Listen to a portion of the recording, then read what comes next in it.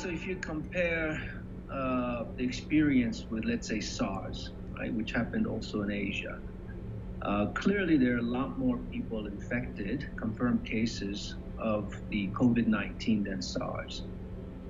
And it seems like it's more contagious because more people are infected.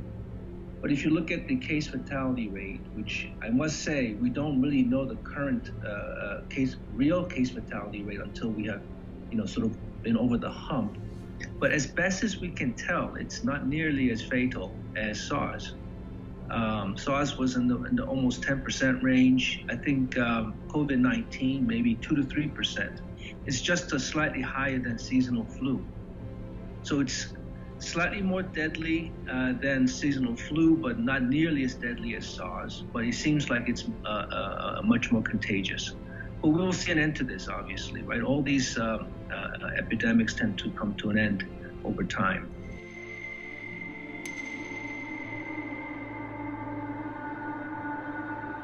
When the WHO declared COVID-19 as a public health emergency of international concern, they were more concerned about the fragile health countries with the fragile health systems.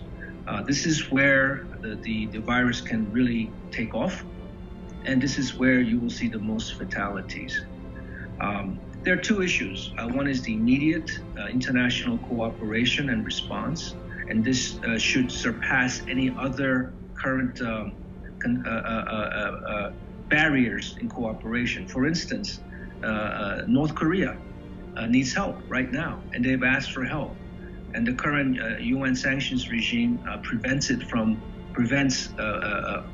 it delays humanitarian supplies because of the case-by-case exemption process that's needed. That kind of process is not helpful in a situation of public health emergency. We need to put those things aside and cooperate and send supplies as soon as we can to North Korea so they can prepare for a possible outbreak.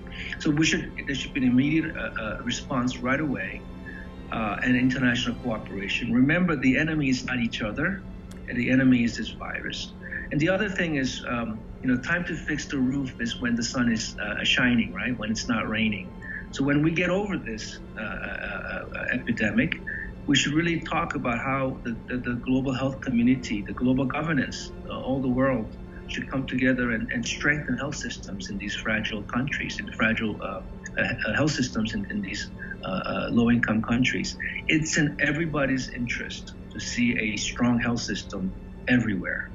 This is what will prevent spread of epidemics in the future and quickly control it.